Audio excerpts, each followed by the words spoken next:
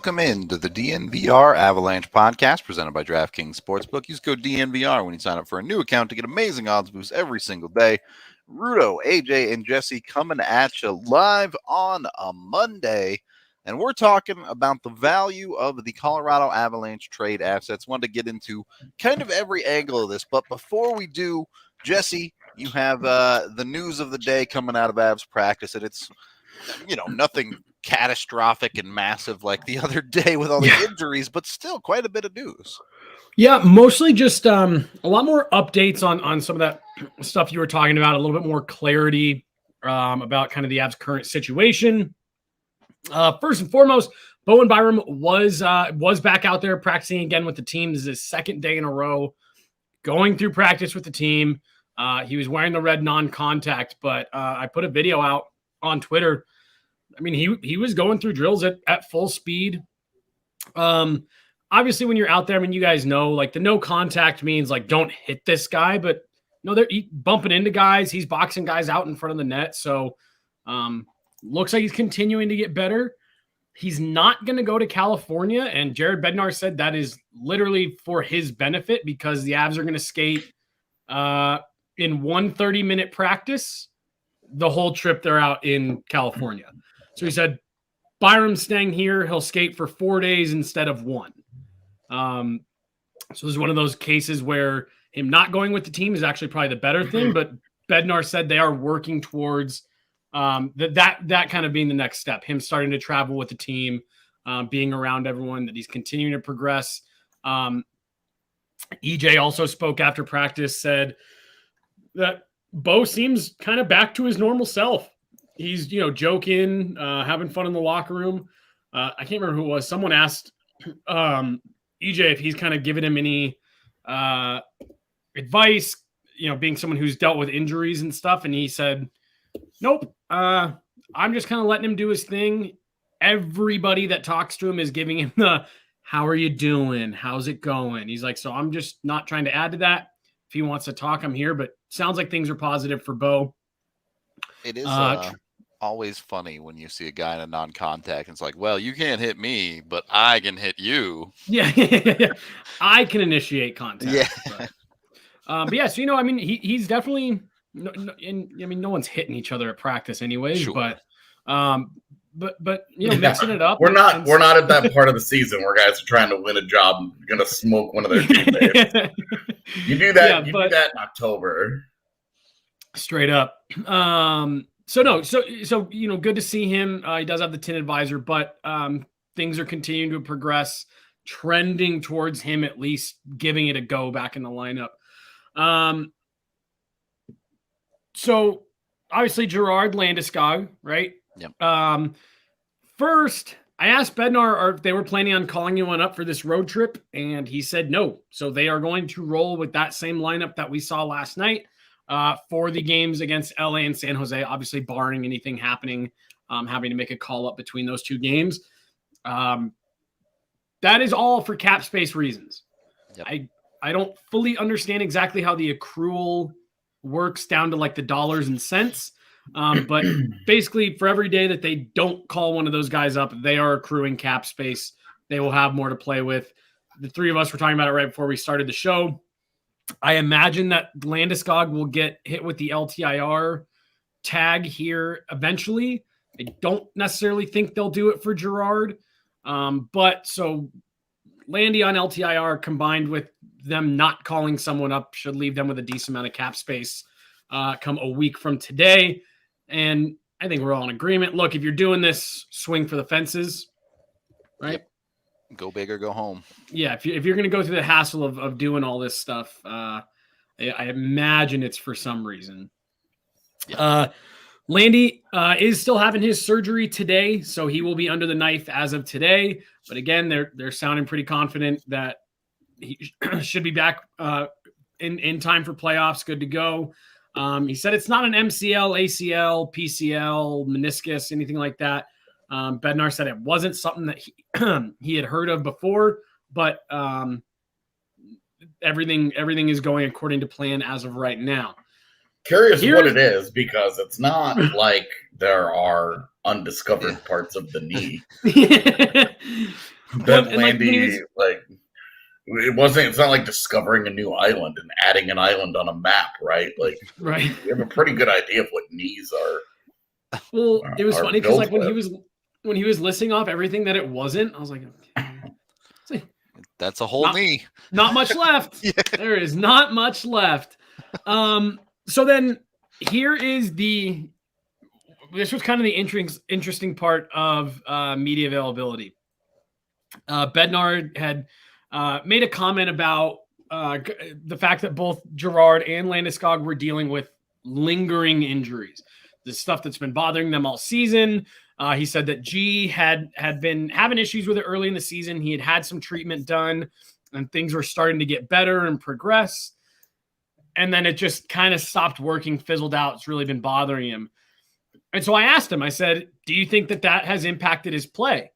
And he goes, yeah, I do. I've never dealt with a back injury, but I'm given to understand those are the ones that, every movement you make. And everyone in the media room kind of sat up. And I said, so is it a back injury? And he goes, yeah, lower body.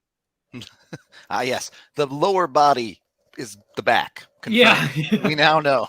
So safe to say. I mean, depending on what it is, man, it can be. I use a little massage gun on my lower back. You know what it does? Helps my feet.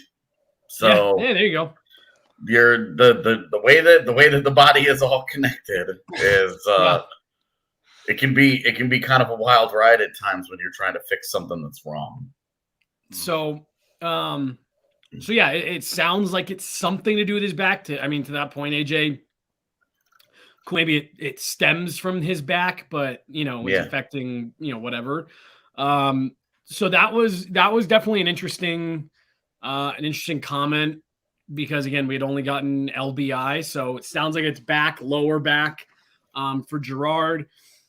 I don't get the sense that they will LTIR him just based on the way he was talking.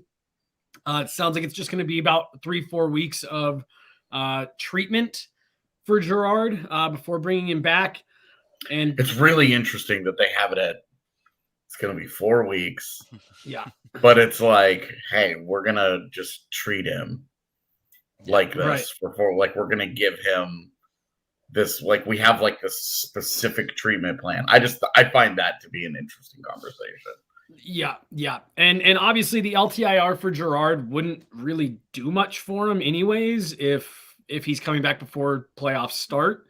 So there's no real sense in doing it. You could, but you could also just put him on IR and it's fine. And be fine. Yeah. So it's not a big deal. Yeah, those were definitely the interesting ones. And then the last little thing, it's not really so much of an update, but I did ask EJ about trade deadline coming up and how much that's weighing on the team and things like that. And he said, look, we're not specifically talking about it, but there's always going to be a couple guys who are safe and don't really have to worry about it. But it's definitely a little unnerving, was what he said. I imagine Kale McCarr's not losing a lot of sleep. The deadline's coming up. The ghost, and EJ, he said you have to keep in mind that from the human aspect of it, there's likely going to be at least one guy from this team who's going to have his life uprooted in the next 7 days, and he'll be across the country playing for someone else with new teammates and stuff like that. So, we've talked about it a little bit on this show that I think them and a lot of the top contenders are at the point where, okay, let's get through the next week. We'll know who's here. We'll know who's not here, and we can kind of go from there. And EJ definitely said, yeah, that's how we're feeling. We want to get this over with. He said we have a really, really tight-knit locker room right now. He made the comment, he goes, I don't know how much Joe will want to mess with that by taking anyone out, but we're hoping that we're just going to add. So if they move Landy to LTIR, they don't have any choice. Yep. Well, if you move Landy to LTIR, you don't have to move someone out. Yeah, but even if you add, you can't just be like, well, now we play 21 guys every night. Yeah. Even if they add, somebody's coming out of your lineup, man. Well, but I mean that's pretty different from. Yeah, I mean, I'm just saying, like, having someone traded. Functionally, like, that guy could still only be in the locker room, but yeah, like, you can't just be like, well, we added only, and it's all exactly the same. I mean, there's going to be some changes coming up in the next week, but I do think that chemistry is one thing that we have not really talked a lot about. For sure. Yeah. But I also think that that's why, like 2 months ago, I was like, maybe they would float a Burakovsky, type of move. And I just don't think that they're going to do anything big like that. I don't think they're going to have any big subtractions. I do wonder if you go down the Avs lineup and you ask these guys, would you rather be a healthy scratch for this team every night, or would you rather get traded? I wonder what the answers would be. I'd be willing to bet this team. Pretty much every last one would say, "Give me the healthy scratch." I hear you. Probably the scratch. They all probably feel like they could win a cup as a healthy scratch with this team, but and they're all like, "I'm an injury away from back in that lineup." Like not rooting for it, but I'm not far out of here. Sure. Yeah. So I would say healthy scratch for this team, but a guy like JT Compher, Tyson Jost, I think those are the guys that are the most they're the obvious candidates here. Sure. But and if you're talking about an off-season move, I would be willing to bet you that both of those guys would say, I'd rather be traded so I can go play. But at this point in the season, I mean, everyone remembers Adam Deadmarsh, 2001, traded at the deadline for Rob Blake. And it's just like have to sit there and watch all of your friends and teammates and Aaron Miller too. They both had to keep that. I knew it was Reinprecht that came back as the other guy, but I could not remember who the other guy was. Miller and Deadmarsh, that's got to be tough. No one wants to be in that situation. In the summer, give me the playing time at trade deadline. I'll stay up there and get my ring. Yeah. Trade me in the off season. It's fine. Yeah. Okay. Well, we are brought to you by Breckenridge Brewery, the official beer of DNVR. You might need some for trade deadline day, depending on how the day goes and how you feel about things. So how early are we starting? 10? I think 10. Yeah, noon Eastern is when we usually start. So okay, maybe if something really happens. Yeah, obviously we'll jump on early if the Avs do something. Early. But yeah. Nemestikov for a fourth at 6 o'clock in the morning was not enough to do a show. Right. I told Hannah scheduled some dinner plans for us for Saturday. We're going to a friend's house. Mm-hmm. And I was like, that's fine. I just need to give you warning right now. On the off chance something happens at dinner, I said, I'm apologizing in advance. I may just have to split when someone's pouring wine. Sorry, gotta go. I was like, we're 36 hours to the deadline at that point. Yeah. Only so much I can do. I mean, this last weekend was a great example of it, right? We finally had we actually had a real Saturday day off.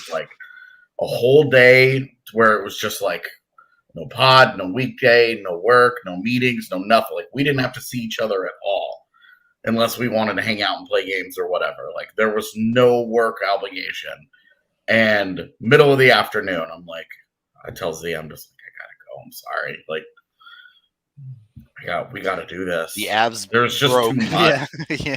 There was just the Gerard news on its own, the Landeskog news on its own. I was we got to get a written piece up, but that doesn't take very long. And then it was just also they signed Frankie. Yeah, when they signed Frankie, I was on the phone with my mom, and I was just like, "Mom, I gotta go. I love you, but sorry, gotta work." Yeah, it was a bummer. It's the way it goes, man. And that's where we are for the next 7 days. We are totally on guard at all times. Standby mode. Yeah. I would be surprised if they did something on the road trip. So that's some sort of salvation for us. Is that I don't think they're going to do that, especially because they're not taking extra bodies. Which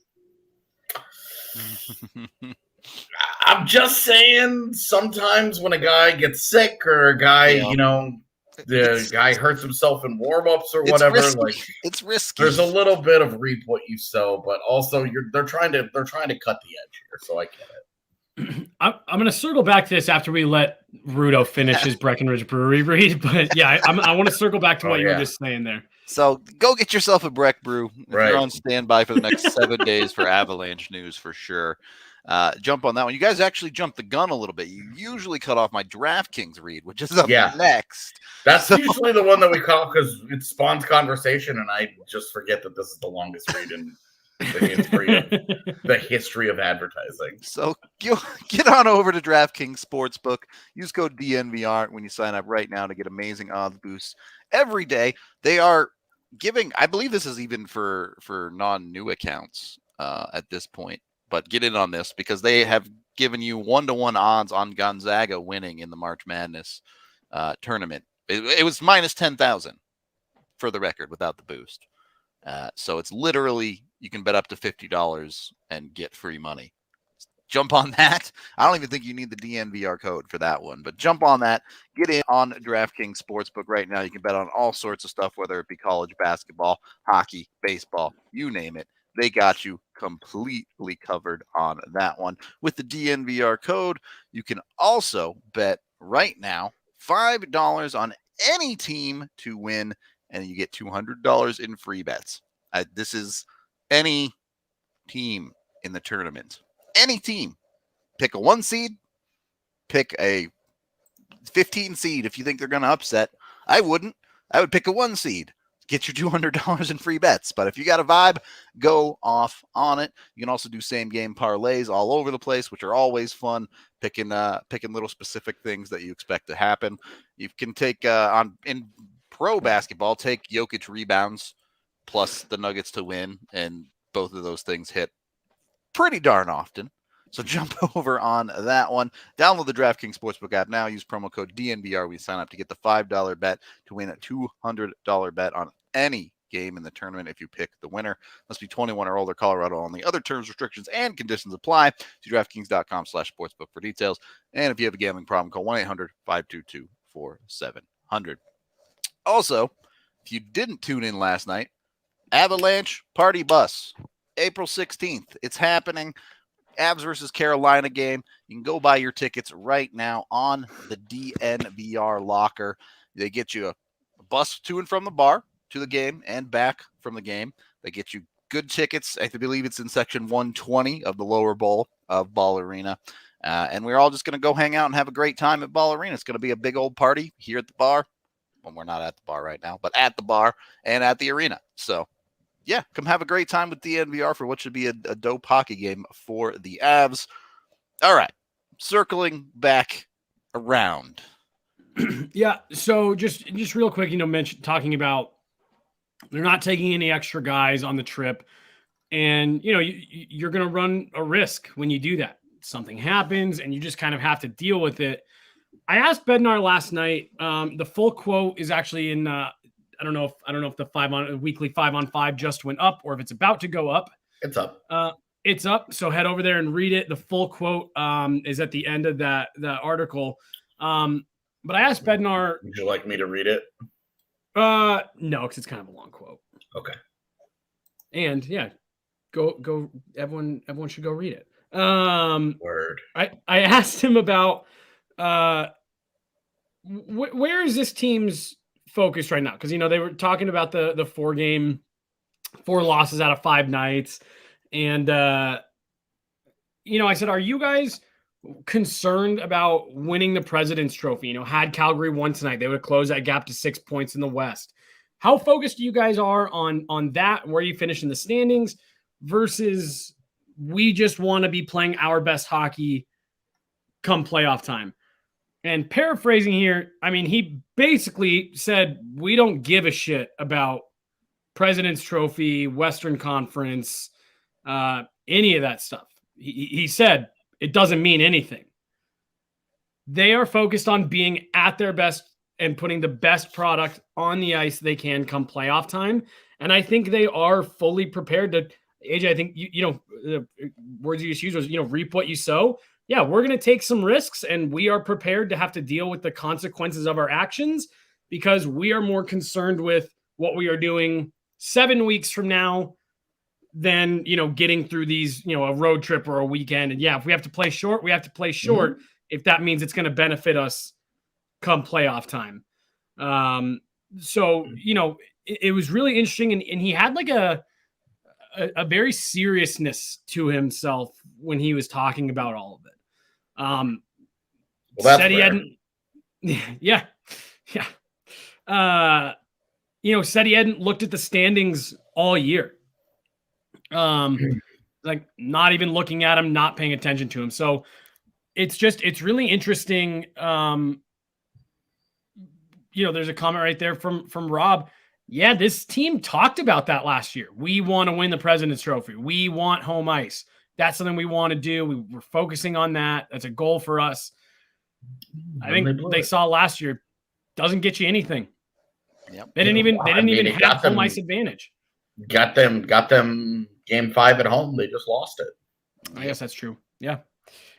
But it just really interesting. Yeah, like I said, go over and click on the weekly 5-on-5, read the full quote. I thought it was interesting. Thought he had some interesting things to say. Okay. Let's get into the main topic of the day, which is value of Avalanche trade assets. I want to start with the actual roster players themselves because we saw a ton of different guys getting moved in our Roast My Roster series. Obviously, the ones everyone are talking about are TYSON, Jost, and JT Compher. We also saw a lot of people try and move Darren Helm. We saw a lot of people try and move Ryan Murray. We saw some people even try to sneak up and move an Andre Burakovsky. So I think on some of these guys, there's a debate of if they're even a positive asset at all in a trade.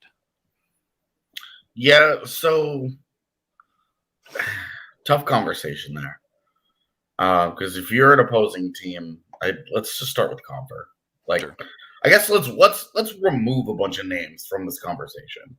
The entire Avs top 6 forward core. Not happening. Take it off the table. Alex Newhook, not happening. Yeah, I think Alex Newhook has probably played his way into they're not doing it.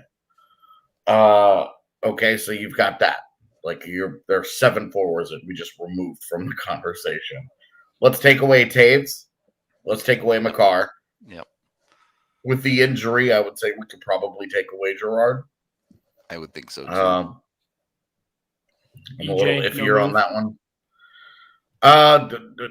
He has a 19-team no trade clause. Oh, really? I thought it was a 4. So there's a door open there, but I think it'd be really hard for them to do it. I think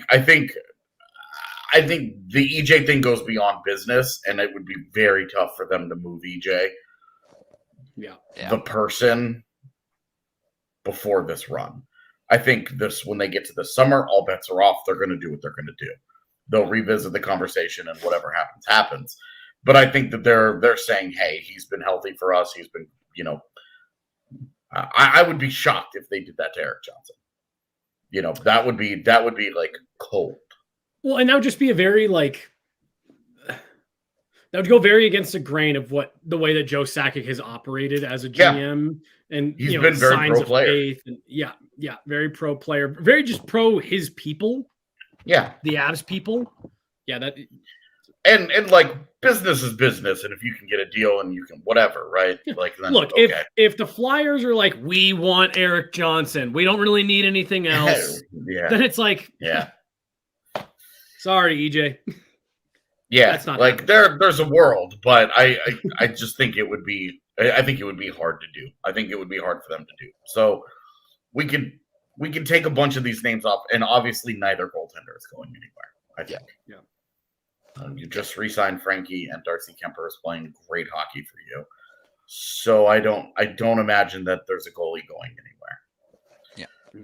So all those names, I think, just take them off the table. Sure.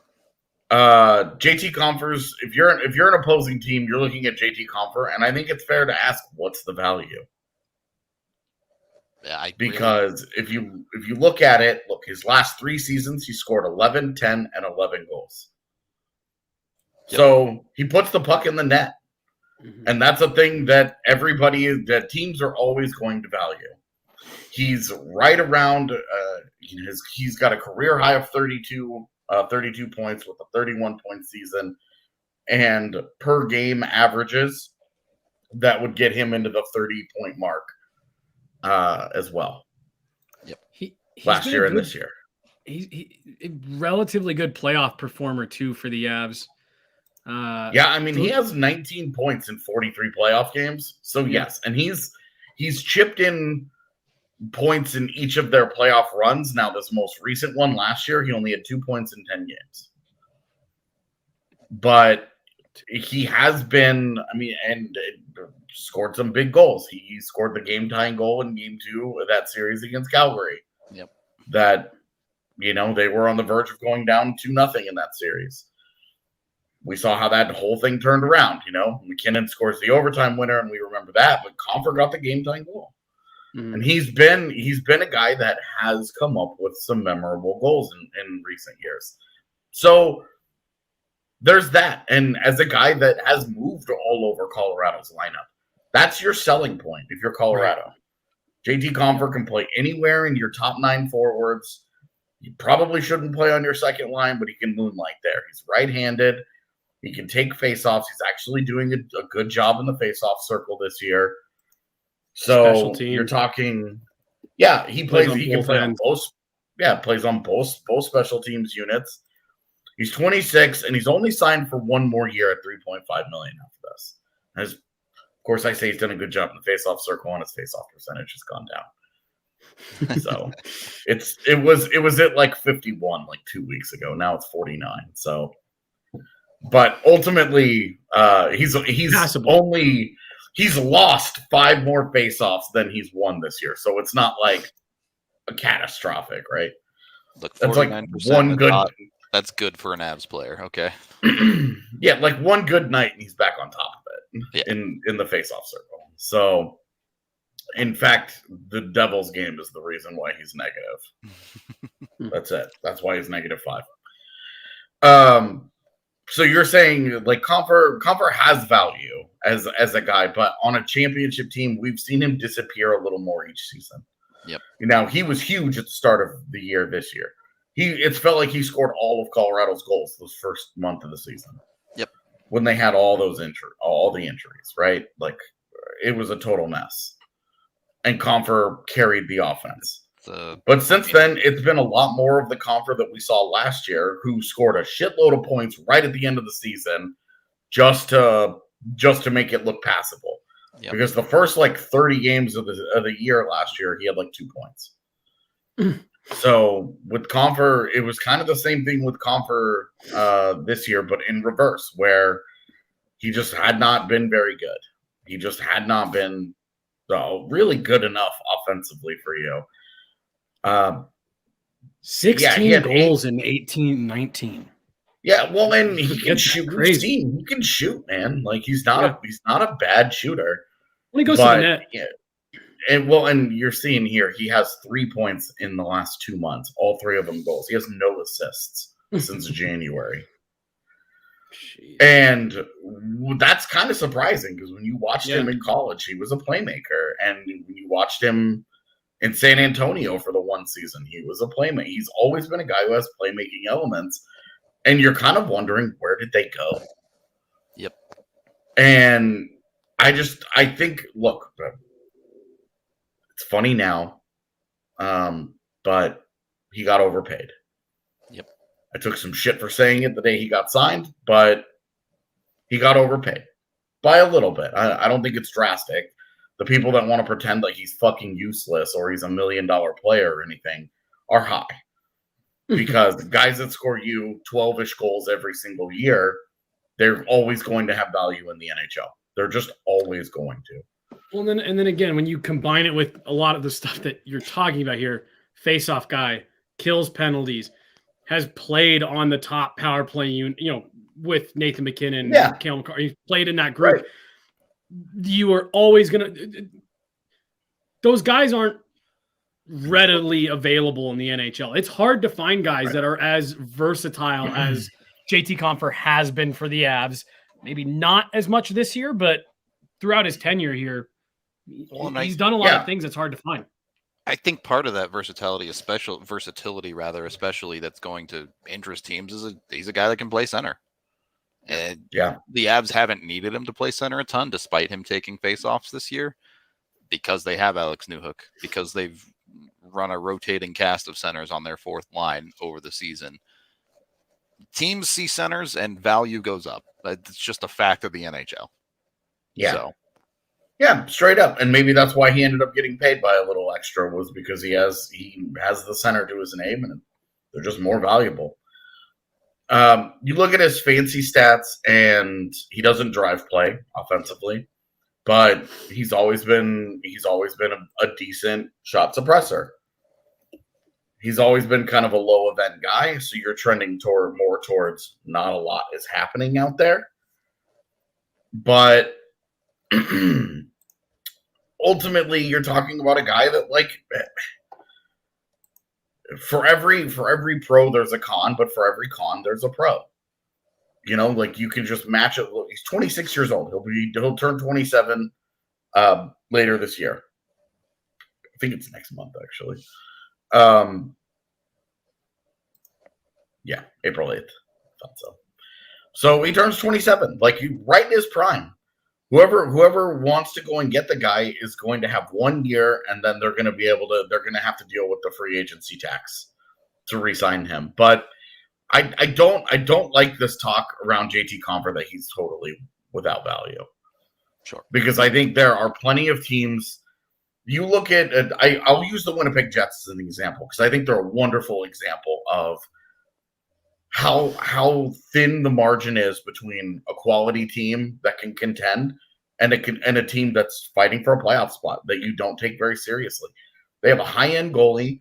They have an okay defense. Their defense should probably be better than it has been. I don't think their coaching is very good, so that's probably holding them back. They have a very, very talented forward core at the top. And then it falls into an abyss. Guys like Evgeny Svechnikov and Dom Toninato, and, like, you're talking about a bunch of guys that may not be in the league if they did not have a job in Winnipeg. Yeah. And JT Compher is a guy that fills that gap where you're like, look, he's not a guy that should be in the AHL. He's not a high-end NHL player. He's not an AHL player. He's a guy that fits into the world of third and fourth line jobs that can actually provide you with some decent amount of play. On his good nights, he's a difference maker. On his bad nights, he's a problem. But on all the nights in between, which is where most of those NHL players live, say 60 games of the year, he's fine. He doesn't crush you, but he doesn't lift you up. Like, he gets you by. So and go ahead, Rudo. No, go. You can finish your comment. Well, I was going to say, and on those 60 nights, he's got enough upside that, okay, if he just exists, he's just there. He has enough upside and enough skill and enough kind of hard nose that he can do something for you. He's having a very average night. Suddenly he has one shift. He goes, I mean, like you were saying, we've seen it in the playoffs. He goes to the net and the puck just kind of finds him, and he can do good things for you. And again, we've talked a lot about quadruple A players. I think he's the tier above that. The other thing to me that's appealing. He's a legit NHL player. Oh, yeah, for sure. I get really frustrated when people talk about him like he's not. Right. He's a real player. And the other thing that I think has a lot of value for other teams is exactly what you said. He can moonlight in your top six. Maybe you don't want him there for more than a handful of games at a time. You might be able, you might start getting exposed a bit, but back at the beginning of the season, he was the kind of go-to to fill in on that top line when McKinnon was out. And that was when he was playing, he picked up a lot of the points that he's got so far this season. He's got a little bit of that John Mitchell, Swiss Army knife.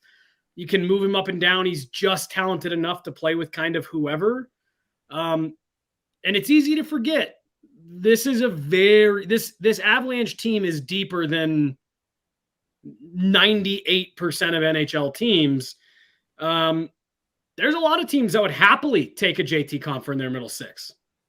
Yep. Yeah. And that's where, look, the reality is at 3.5, and teams are still pinching the pennies a little bit, that like there's a real issue there. But there's only 1 year left, so it's not like somebody's like owning on like, oh, we're going to take on 3 years of this deal or whatever. Right, it's right. 1 year beyond this, and there are plenty of like Buffalo type teams that could use a guy like that in their middle six, bottom six, that just elevates their floor. Sure. So, I mean, keep that thought in mind, because the real conversation here is who's going to hold more value to a team, JT Compher or Tyson Jost? Now, well, and Tyson Jost take a lot of what we said and then just lower the ceiling on what he's done in the NHL. I agree on the ice. I think you're probably looking at JT Compher. Jost probably a little bit more effective defensively on the penalty kill, things like that. But then you look at, one, Jost is significantly cheaper on his cap hit. Two, Jost is an RFA at the end of his deal. And that's where I think Jost probably has the advantage from the business side of this, is that his underlying numbers, Jost's underlying numbers are very good defensively, but they're also not bad offensively. They're in the same area. Now, we've seen with Jost, he struggles to beat goaltenders. Yep. And you see this every single year. His goals have gone down in the NHL. He's gone from 12 to 11 to 8 to 7, and now he has 6. So, you know, and obviously there's a games played component in there because not all the seasons have been the same length. But one, he has been a relatively healthy guy. He's played the majority of Colorado's games. His 67 game season, they only played, I think, 72 games that year. Last year, it was a 56 game season. He played 54 of them, and he's played 59 of 60. And the one game he didn't play, he was a healthy scratch. So you're talking about he's been a healthy guy. He's not going to help you in a face-off circle at 39%. He gets crushed. But he does have that PK ability. He does. I will always think that there's just a little bit more skill than your average fourth line guy, where it just looks like for whatever reason, it has all of it. It just hasn't all come together for Tyson Jost.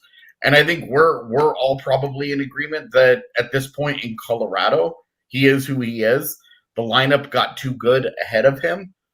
And the success that he had last year was probably driven by being tied next to Val Nichushkin a lot, where it was like, wow, he's taking a step into being an elite defensive wing, right, or defensive type of forward, and not just a good one. And now he's back to being more of good, not anywhere near elite. But again, you're talking about a guy who's really young. He just turned 24 today. Mm-hmm. So happy birthday to him. But like, he's 24 years old. He's signed for $2 million next year. But as Rudo mentioned, still an RFA after that. So you're getting a cheap season next season, and then you're whatever, right? We don't know what happens after that. But that's a guy that has always been put him in another team, put him in another situation, and maybe he flourishes in an expanded role with more talent around him. So it's so funny that you bring that up about him being much more skilled than your average fourth liner. When the team was just skating around this morning as they were waiting for practice to get started, I was watching him just out there with the puck on his stick. And I had that exact same thought. I said, God damn, I said, it's so disappointing that it's just never all come together, because the kid is just so skilled. He is such a good player when he's just kind of out there. And we've seen him at training camp and stuff do some awesome things. And he works with Nathan McKinnon before and after practice. And he's got so much of that skill.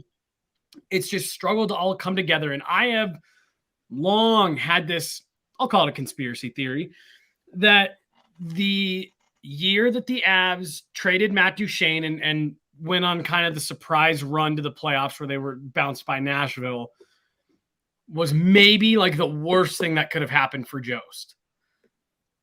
They signed him at the end of the year, the 48-point season, so the season before. He came in, and I think everyone was really encouraged by what we saw. He scores a goal in the last game of the season, so he doesn't really have high skill goal too. High skill goal we have not seen since. From in tight, beat Devin Dubnyk up high, like basically from the goal line.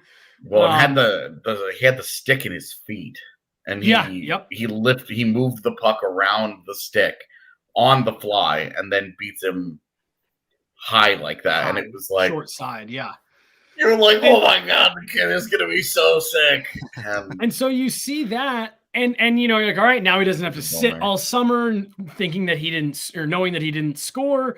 And then they came back, and I think a lot of the goal was, with that huge kind of influx of youth, the Kerfoot, Compher, Jost, was these guys are going to be able to get time. We're going to let them go out there and make their mistakes and eat a lot of minutes. Andrew Ghetto too. Andrew Ghetto. And the season just never really, again, for good reasons, never really broke that way. And I remember getting into games later in the season, and Tyson Jost was, playing 6-7 minutes. And it was just one of those things where it's like, well, yeah, you're trying to get into the playoffs. You can't afford to have him out there making those rookie mistakes and learning through those, bad play in the defensive zone, getting out muscled. And I always felt like the Avs, they were in contention enough that Jost never really got to have that development season where you go out there and you make the mistakes and you learn who you are and learn who you're not. I'm not saying that would have made all the difference and he'd be an all-star had that happened, but it was just always something that I thought affected Jost's career, development trajectory more than we kind of ever gave it credit for. That he did have to kind of go to playing second fiddle that whole season, his rookie year. The argument a lot of people make here, right, is that if they were going to be playing him 6-7 minutes a night, why didn't they just send him to the AHL? Why didn't they give him that opportunity? Hold on. I don't know of an overly polite way to do this, but this isn't true. Okay. What? Yeah. That's the most he's ever played in his career. That's the most he's averaged. That's Jost's ice time in his rookie season is the most ice time he's ever averaged. And at the end of the season, he was playing 16 to 18 minutes a night pretty regularly. And even into the postseason, the lowest ice time that he got was the game 5 that Hamburglar stole. He played 11 minutes. Jost was playing a ton at the end of his rookie season. So did this downturn in minutes come in the next year then, or? So because the last 20 games of the season, he averaged 16 minutes a night. Sure. But at a certain point, we've seen his minutes get cut significantly. Yeah. Well, and then it's really, since then, it had actually been on the downswing until last year. Okay. Because his rookie year, he averaged 14.38. Then he went down to 13. Then he went to 12.46, which isn't like a major. Sure. It's like 14 seconds. And then he went back up to 14. And this year he's back down to 12.49. So we don't need to get into like the details of what went wrong in Tyson Jost's career. That's kind of derailing our conversation here. I'm just saying that this is a little bit of the Streisand effect. Where either way, so isn't super true. 14 minutes. Either way, what I'm saying is that I always envisioned a much bigger role from, regardless of what the minutiae is of what the actual minutes were. I think there was a plan for a much bigger role for him that rookie season. Well, and what I agree with you is that Andrew Ghetto had several years of pro experience. Kerfoot and Compher are both several years older. As the youngest guy with no pro experience, he really he had the slowest adjustment period, and his role suffered because of that. That's where I'm agreeing with you.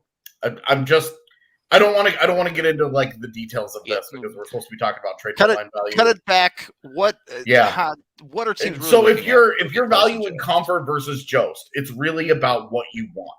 because Compher is a guy that's going to be able to reliably score a few more goals for you. Jost is going to have a more clearly defined role in your bottom six, but as a younger, cheaper player, it's easier to dream on him, right? He's your pedigree champion at this deadline where he goes in a deal and maybe he ends up outplaying the role that he's played in Colorado wherever he lands. That's where I think his big appeal is. His $2 million, his youth, all of that is good. So all of that is an easy selling point. The fact that he's playing in a very defensive role and is comfortable in it is great. The fact that character-wise, he's unimpeachable. He's a great young kid. He's got great head on his shoulders. He's an unbelievably hard worker, and he's absolutely dedicated to hockey as his life, as his everything. He never stops working. He's a big old hockey junkie. He's everything that you want as a human being in your organization. That also will appeal to teams come deadline time, because if you're looking for a culture change, I use Buffalo again as an example. If you're looking for a culture change, why not go and get a guy like Tyson Jost? Why not try and target a guy like that to help you build out your floor so that you stop having these 65-point seasons where you go nowhere and losing becomes your culture. So that's another selling, and it's not to say that JT Compher doesn't have a great character or anything like that. They're BFFs for a reason. Like, JT Compher is also a great dude who works very hard. So it's interesting that these are the two guys that we're talking about as like the ones who are going to go, but they're the ones who have the appeal. Nobody needs Darren Helm, like from a deadline perspective, the team that trades for Darren Helm is Colorado, not the team that gives Darren Helm up, like Jost and Compher are just the obvious, like youngish guys who could get bigger roles elsewhere and could have more expanded impacts on lesser teams. Well, they're the classic. There is every team has two of these guys where everyone says, anyone who ends up trading for him, he was good, but he was on their like fourth line. He'll play on the second line here, and he'll be great. Every team has one of these guys, and they're the two candidates for the Avs. And it happens 1 out of every 10. Sam Bennett goes from Calgary to Florida, and for whatever reason, Val Nichushkin. So, you see it happen, but these are the guys that is so easy to talk yourself into that upside. Yeah. And as much as Avs fans don't like them for whatever reason. Yeah, well, and like, look, do they need to provide more production? Like, as soon as you get paid, expectations go up. Yep. And you can make the argument that each guy got the contract that they're currently on and has not lived up to that billing. Fair enough. I don't really personally care to get too deep into that. That's not the point of our show today. But I would say as trade assets, there's a reason those two guys get brought up more often. Like, I agree. It's just because they make the most sense. They're the easiest ones to trade, but they also have the easiest selling points for other teams. Now, if you get into Colorado's defense, Jack Johnson's not getting traded. Why would he? Colorado has a league minimum defenseman who's moonlighted in their top 4 for the last several weeks and been fine. Jack Johnson's going nowhere. Ryan Murray, we talked about it last night. Ryan Murray played more even strength ice time than anybody outside of their top pairing last night, and he's played the best that he has in his Colorado tenure over the last 2 weeks. Ryan Murray, Bednar all of a sudden, Ryan Murray doesn't just look like a warm body. Ryan Murray looks like a guy that's trying to earn a top 4 job. Jared Bednar went on for about 30, 40 seconds in postgame last night about Ryan Murray, and he said his play's been doing this. What Bednar said. He said his play's been doing this for the last 2-3 weeks, and he's just getting better, and he's putting in the cliche. But sure. I mean, a lot of good things to say about Ryan Murray last night. So I agree with you.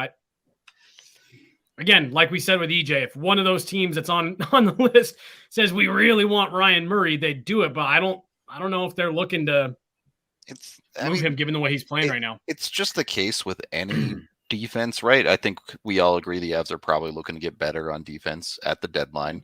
There's only 6 spots. Moving a defenseman out, it gets a lot harder to get better at defense, no matter who the defenseman is.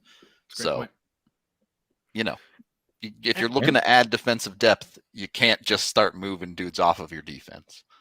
And then I think we probably all agree they're not going to trade McDermott. Why would they? Who would be interested in it? If they wanted to, I don't know that anyone would pay anything for him. Well, and like at most, he's your Kosmachuk in the Burakovsky deal, right? So just you a know, body. like he's like that really bit part that goes in a big deal where the team is like, can we take that guy off your hands? We'd really love that guy. Like, how hard would it be for the Flyers to imagine the Flyers being like, we'd really love this guy to punch somebody in the face for us, kind of remind our locker room what it's like to care again. Yeah, you know, they've been so hurt, so wounded. They need somebody to remind them that playing in the NHL is a privilege, and they should be not treating it like Rasmus Ristolainen. So, yeah, I could see something like that, but I don't think a team is going to target him. Like, the reality is Colorado can't just add to their defense. Bowen Byram's working his way towards coming back. Like, I know we aren't putting a timeline on it, but I'm sorry, the guy's fully practicing with the team.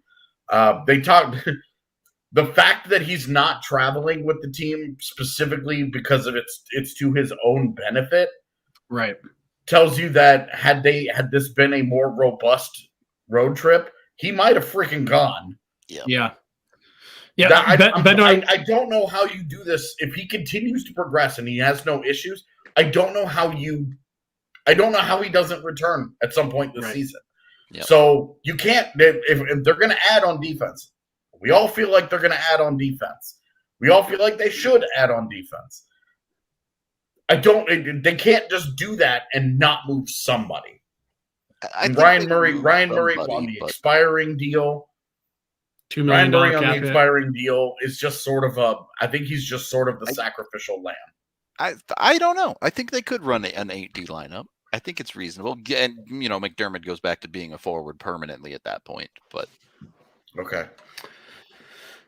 Yeah, I don't think it's at that point, like, I hate to say this, this is awkward to say, but roster bait with me for a second. you have Taves, you have Makar. If Byram comes back, Gerard gets healthy. Yep. Okay. There's 4 of your guys right there. Okay. Mystery player X that they add at the deadline. Yep. Okay. There's 5 guys. You're probably not adding that guy and not playing him unless it's gone really poorly, like Soderbergh did last year. Assume he's playing. Yeah, so there's 5 of your guys. Now you have Ryan Murray, Jack Johnson, and Eric Johnson all as your 6th guy. Yep. 1, you have enviable depth, no doubt. But 2 of those guys are not playing. Like, depth is great, but 2 of those guys are not playing for you every night. I don't know if any of those guys are playing for you every night. 1, I think you're talking about certainly in EJ and Ryan Murray, 2 injury-prone dudes that could afford some night off. And 2, play a hot hand. Whichever one of those guys is working as your 6D, play him. Rotate him if you want. I don't think it's that big of a deal. Now, salary cap implications there of carrying an Eric Johnson $6 million as your scratch, kind of hard to swallow. But I mean, it is what it is at that point. But this is why I think that if they're going to add a D, like, I think it's likely that one has to go somewhere. But one, and like, you make an interesting point. I was going to say, if I don't know, to me it looks more and more and more like they're going to do the cap circumvention thing. Landy will be out until game 1. Like, with Landy, they have the freedom to maybe get a little cute up until right at the very end. And so, you know, I don't know, like the cap hit thing, like, it's a good point. You know, about carrying that many guys, but I don't know. Maybe that's their thought process. Is we want to be able to carry this many guys. You know, we want to be able to add here and here. I don't know. I agree with you, AJ, that I don't. Conventional wisdom says, why would you do that? But I don't know, like the way you break it down there, Rudo, why wouldn't you have 3 guys that you're like, we have 3 guys we are extremely comfortable with in this last spot? I think the only reason you don't do that is you look at your AHL team and you go, Justin Barron is right there. Well, we haven't talked about this. We're 56 and that's where minutes we're heading. into And that's where we're heading. Justin Barron, and we're talking about ranking Colorado Avalanche trade assets. There's a 3-headed prospect monster on defense that. But and we'll talk about Barons, and Helleson in just a second. But when you wake up on days where the Avs have 2 injuries and a contract signing and or trade deadline day, you're gonna need Athletic Greens to get you up and going quickly in the morning. Super easy. You just take a scoop of it, put it in your water, drink it down. It'll help you with a ton of stuff, whether it's having energy in the morning, if you just need a quick breakfast. Also has you covered with 75 high-quality vitamins, minerals, whole food source, superfoods, probiotics, and adaptogens too. So it's breakfast. It's your antibiotics. It's whatever you need. I guess probiotics, not antibiotics. I always get those mixed up. Sorry. There's so many of them out there. Lots of biotics, but yes, I let the smart people figure those out. They tell me what's good for me, and then I drink it. It's that simple on my front. So be sure to go check out Athletic Greens if you haven't. They're a super awesome company. I know Jesse absolutely loves them, and he's stealing everyone's Athletic Greens in the company. So thanks, AJ. Be like Jesse. Go get yourself some Athletic Greens. They have over 7,000 5-star reviews so far, and a bunch of professional athletes recommend and use the product. So you know it works when you have pro athletes using that stuff. To make it easy, Athletic Greens is giving you a free 1-year supply of immune-supporting vitamin D and 5 free travel packs with your first purchase when you go to athleticgreens.com/avalanche. So go to athleticgreens.com/avalanche today, and you can reclaim your health and arm your immune system with convenient daily nutrition, especially heading into the cold and flu season right now. It's just 1 scoop in a cup of water every single day. That's it. No need for a million different pills or products to look out for your health. And then when you're all healthed out, you can do some things that are a little bit less good for your health, like smoke some weed. If you go on over to Lightshade, who now has 12 locations, 11 locations. Who says it's less good for your health, huh? What are you, a narc or something? You know, inhaling smoke is usually not generally good, but things like topicals can definitely help you out. I regularly seek out fires to just hang out in them. Either way. Live on smoke inhalation. Any THC or CBD needs. Look, I guess like when you go to places like Lightshade, they'll give you like can of butter brownies and stuff, so you don't have to smoke it. Yeah, that's definitely a fair point. You can go over there, use code DNVR with Lightshade to get 25% off either in store or purchase online for pickup through them. They have a bunch of amazing products ranging from topicals to actual weed. The brownies I already mentioned. They also have Wana, which is a great sleep aid. It's 20 to 100 THC CBD. So if you're looking to catch up on some shut-eye, if you work crazy weird hours like we do covering hockey sometimes, they can really help out and get you to fall asleep right when your head hits the pillow. So check out their fast asleep gummies. Their holistic plant-based solution tackles the root cause of sleeplessness like stress and pain. Other options as well.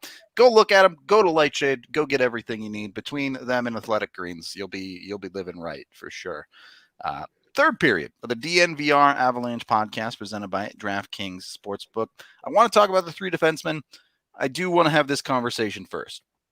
Is there a piece in the Avalanche system more valuable than their 2023 first?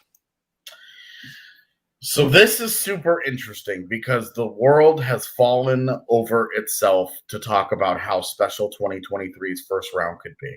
Yeah. The fact that the league, the industry, and like you hear this every year, next year's draft. But next year's draft.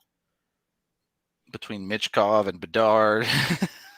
And the kid that plays for the Chicago Steel in the USHL. Oh my God, I'm drawing a blank. His name's Adam something. Oh, this is going to bother me. Sorry. This is bothering me. Look it up right now. Yeah. He has to know. Yeah. So I'll just talk. I was going to say, interrupt me when you find it. I was just going to. Yeah, Adam Fantilli, who, like, it's funny because it's been Bedard and Michkov. Like, everybody's like, oh my God, right? But that kid is absolutely fucking crazy. And he's going to go to Michigan and he's going to destroy. So the top of next year's draft is insane. Is Colorado's pick involved in that? No. But one more bullet in the gun of the 2023 draft is a good thing. And if you have multiple first rounders, your chance of being able to move up, whatever, it's just really, really, really valuable.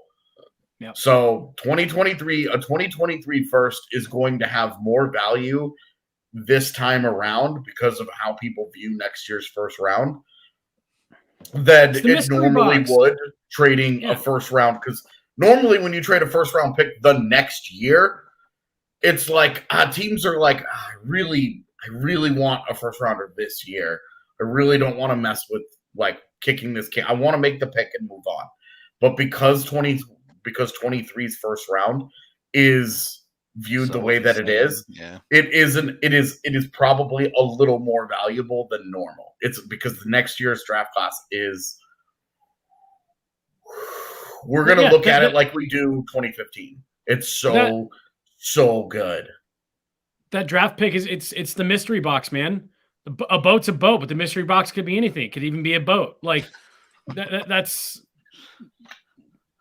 you like Justin Barron, and I know we're going to get you like the Avs prospects. They've got first round talent prospects.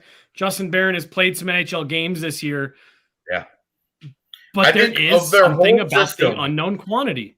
I think Justin Barron is probably the most valuable drafted prospect in Colorado's system. He's in the AHL. He has great size. He has great mobility. He's right-handed, which is always an extra boon because right-handed defensemen are just harder to find. He's in the AHL. He has NHL games. It's not many. It's just the 2. But the point is that in a lesser organization, he might be in the NHL right now. Yeah, he might be in the NHL right now. He skated in the NHL this season with this team. Yep. So did Jordan Gross. So let's let's remember those circumstances. But yes, he's been very good in the AHL. Is the thing. Like he's developed nicely. It's really just been all arrows pointing up since he got drafted. The only reason he got as far as he did was the blood clot issue that hurt him during his draft season, and he's fine. It's been all good since then. So I think I genuinely I just think you're looking at the most valuable trade piece imaginable. He's an NHL. I think in the eyes of the organizations around the NHL, he's probably NHL ready. Well, especially the teams that if you're the Avs that you're going to be dealing with at the deadline. Yeah. These are sellers. If you're Philadelphia, hell yeah. Yeah. I mean, anybody that exactly the kind of piece you want to try and build around? Yeah, 100%. Totally. That you can plug in this year and have upside. There's a lot of teams around the league who I think would kind of be in a similar situation here. Those are not the teams the Avs are going to be dealing with at the deadline. So I do want to get a ranking of the 3 defensive prospects from you guys. It sounds like everyone's going to have Barron at 1, but you do have Drew Hellison, who was an Olympian this year, definitely fills a little bit of a different role than the other 2 with a more mean defensive guy. Then you have Barron's too. I think there will be organizations that have Hellison ahead of Barron.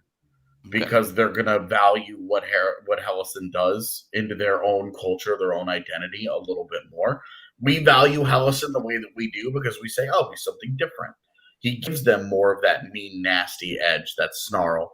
There are going to be teams out there, say like Columbus, that want something like that more than they want a Justin Barron skill set. And then there are going to be teams out there that want what Sean Barron's does more than they want what Drew Hellison does. Whether that's because they don't have it in their own system or that's more the identity that they're trying to build. If you look at what Sean Barron's did in his freshman year at DU, we have not made enough of it because we don't spend a whole lot of time on the prospects the way that we used to. But his freshman year has been kick ass. Yep.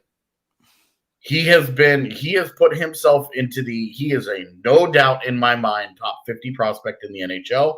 And if he's not pushing top 20, it's only because of his size and nothing to do with what he's done on the ice. Because he has done everything for DU this year. All situations, top pairing minutes, everything as a freshman at a top 5 program. That's the kind of shit that you see Owen Power doing. Guys that get drafted in the top 5. Yep. If he was not 5'10", he would be one of the best. If he was 6'2", hell, if he was 6 foot, he might be considered a top 5 defensive prospect in the entire NHL because his play has been that good. He's that smart. He has that kind of upside where you're looking at him and you're like, he's got top 4 upside. And if you really want to dream on him, you could maybe put him on a top pairing. The only thing holding him back from having a star conversation is that he's a legit 5'10", and that's really tough to overcome. Do you guys think that, assuming he gets into the right circumstance, he would leave after 1 year? Leave college after 1 year, or do you think he's going back? I think he should go back, if only because his physical limitations. You put him in a college program and you let him build it up. And then I think you're having, even with the Avs, I think you're having, if he has the kind of sophomore year where he builds off of what he did this season, you could have a serious conversation about signing him after next year. I absolutely think that. And so that is where, if you're asking me to rank them for this year's deadline, the way that I think a lot of teams, and to your point, AJ, every team has their own stylistic preferences, of course. Yep. But I'd be willing to bet that it would look something like Barron, Hellison, Barons. Because again, just the teams that we're talking about here want someone who's going to be able to jump in and contribute and help sooner rather than later. That's also the correct order in proximity to the NHL. Yep. Yeah. And that's an important factor when you're talking about trading. Look, if you're trading with a team that is like Arizona, full-blown rebuild, then Barons has more value because they're less worried about proximity to the NHL.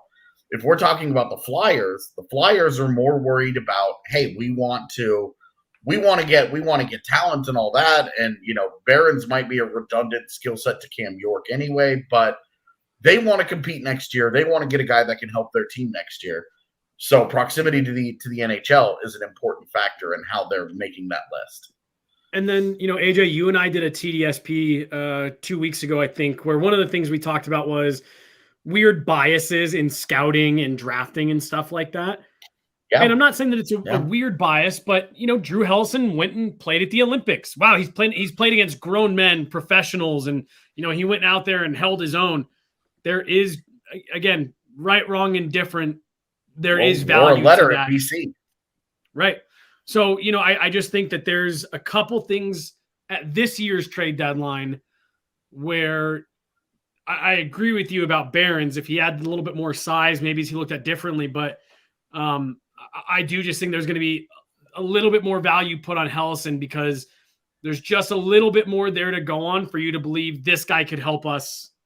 Well, he's the prototype guy that any old hockey guy is going to be like, oh, he's mean and he goes into the corners and he's big and everyone's going to love that type of defenseman. Well, and your concern is like, what is his puck skill? And you're just like, oh, he ended up leading Boston this year. College it hasn't been a problem. Like, you're just like, look, his scoring has gone up every single year. He's produced offense even in international tournaments. He played like 13 minutes at the Olympics and he had an assist. Yep. So you're like the guy has found his way to production everywhere he's been after the DP. And you remember the class that he was in, and it's like, I don't understand. It should have gone the other way. That class being what it was at the DP should have inflated his numbers, and it didn't. That actually diminished. And him. and it looks like the Avs made a great pick, and he's done a great job developing at BC, and I think that there are going to be organizations that value him over Barron because I think they're both ready for pro. He's obviously ready for pro hockey. We don't necessarily know what that looks like, but him signing and going and playing the rest of this year in the AHL on a PTO to get an idea of how ready he is next year is the best case for him. Yep. If it's not, if he gets traded. And so I would say Barron, Helleson, Barons. And then I would say forward prospects, it's Oscar Olofsson way up here. On an island in his own, yeah, for sure. Yeah, and I would say if you're valuing him, if you're mixing in the defensive value, it's probably Barron, and then Olofsson, and then Helleson. Olofsson for the first round pedigree alone just bumps up value. Yeah. Olofsson might be kind of the one trick pony right now, but the one trick is goal scoring, which is the most valuable one trick that you have in the entire NHL. Yep. So you're talking he's very good at that trick. Right. And he's had the kind of year in the OHL. Like, look, the Oshawa thing has been kind of a low-key disaster, but it had nothing to do with him. And his low-key disaster. He's made the best of it. A 4-goal and a hat trick night on that team that has not been good. Well, and I think he just had a 3-point night last night. Yeah. And he pops off for these big nights for them. Yeah. You're saying like this is a dude that is ready for pro hockey next year. He's got great size, he's a good skater, and he can shoot the hell out of the puck. It's an easy sell. Yep. For a prospect. So I know we're going long here, so we don't have to spend a ton of time on this, but there's just kind of some of the talk in the media room today as we were waiting for coach and stuff.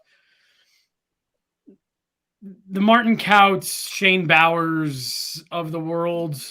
Probably throw those Ranta are in there too, yeah. Throw-ins. Not throw-ins, but those are kind of like your sweeteners, right? Your kickers that you're close. Gets you across the finish line, guy. Yeah. It's not going to be your main piece of the deal for sure. Yeah. Right. Because, I think about a guy like Martin Kaut. Kaut especially, I think.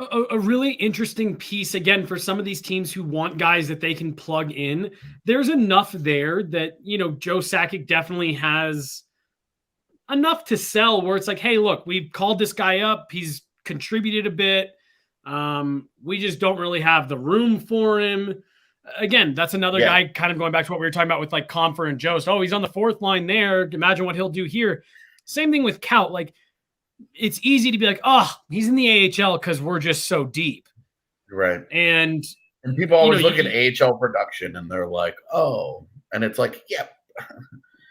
Prospects aren't regularly throwing up like eye-popping AHL totals. Yeah.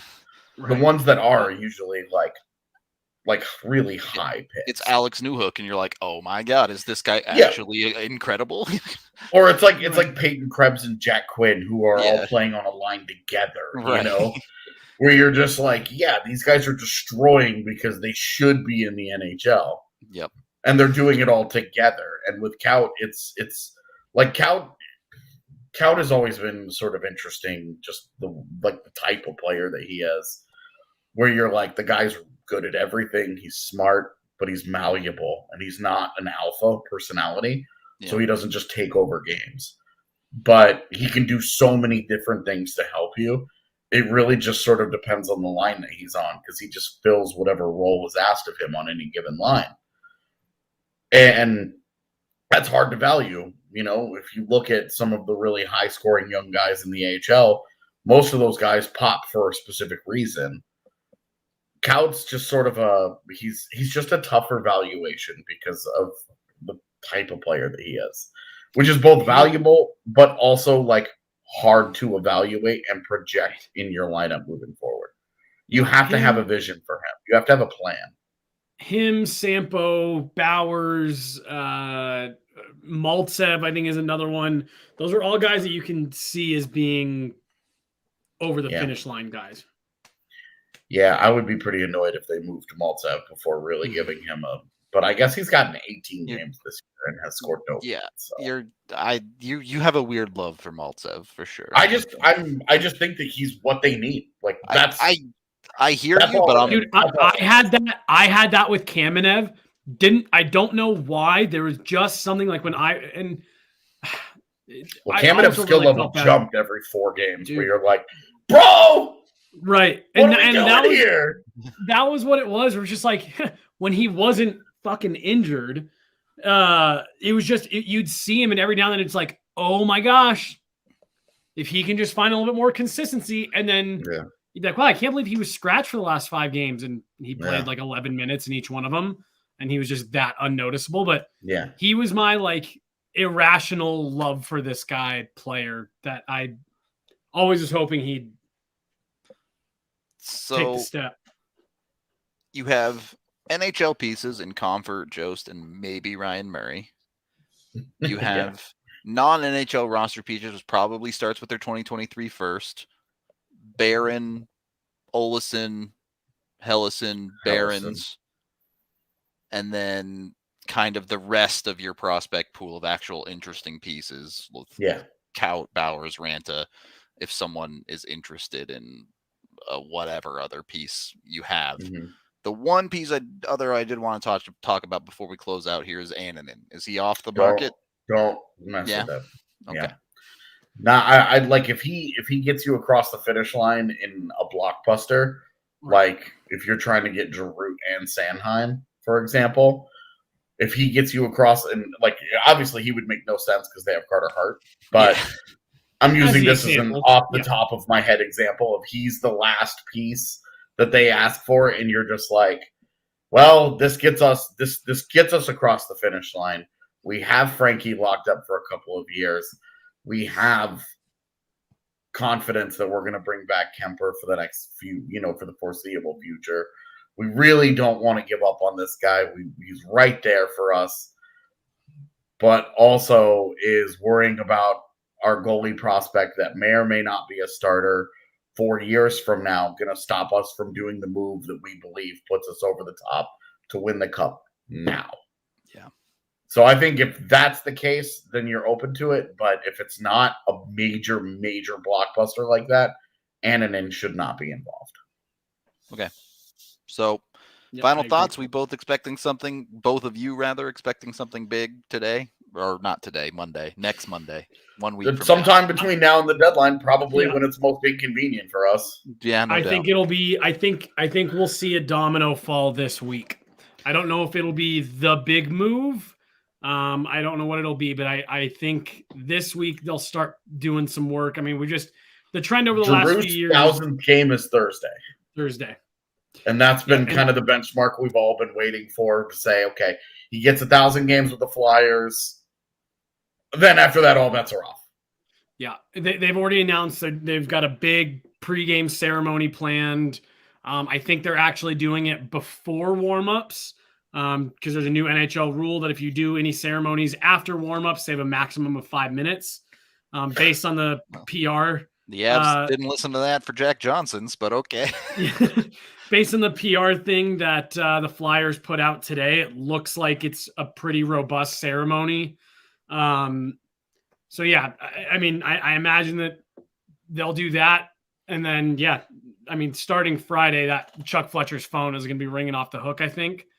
But I think based on what we've seen in the past, a lot of teams will start making their deals this week, and Monday will kind of be the kind of final fringe pieces. But I'm expecting a domino to fall for the Avs this week. Okay, there you go. So keep it locked and loaded when they make a trade at 4 a.m. on a Wednesday. Dude, it's not going to be like that. We're going to finish a show. It's going to be Friday's show. We're going to do our show, and then it's going to be at fucking 3:45 p.m. as we all start to scatter and go about what we're going to do for the day. And then we're all going to be like looking at our phones and be like, shut the fuck up. No. What is this? It's happening Wednesday because we're supposed to have Wednesday off from the pod. So it's happening Wednesday. Yeah. Or it's happening Sunday, and because that's also an off day for us. Yep. And it's the day before we're supposed to be on the air live the entire day. Yeah. Okay. Well, either way, you'll be able to find whatever happens with the Avs at the trade deadline here. So be sure to like and subscribe here to the DNVR YouTube channel. That's it for this one. We're back tomorrow with a hockey game, pregame, postgame, all of that good stuff for you. So be sure to tune in there. But until then, I guess we will talk to all of you amazing people on the next one.